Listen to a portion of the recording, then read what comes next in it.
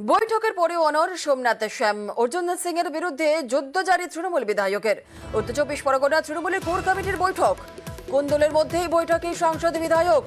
অর্জুনকে গুরুত্ব দিতে নারাজ জগদ্দলের বিধায়ক।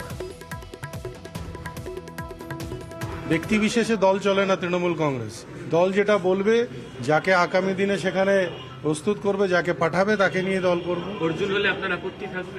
অর্জুন বলে না, আমি অর্জুন কে আমি তো জানি না। অর্জুন বলে কোনো কথা নয়।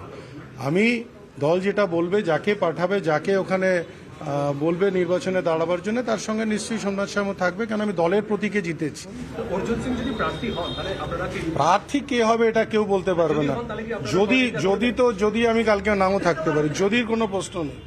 যদি নয়, দল যাকে সিদ্ধান্ত নিয়ে পাঠাবে তাকে নিয়ে কথা বলবে। আর মন্তব্যে নারাজ ব্যারাকপুরের সাংসদ অর্জুন সিং। কি বলছে এইসব নিয়ে আমাকে কেন বারবার প্রশ্ন করছে? ঠিক আছে, কি বলবেন? মানে কিছু আপনি একজন MP, নাথিং জিরো তাহলে কি আপনি গুরুত্ব দিচ্ছেন না? জিরো।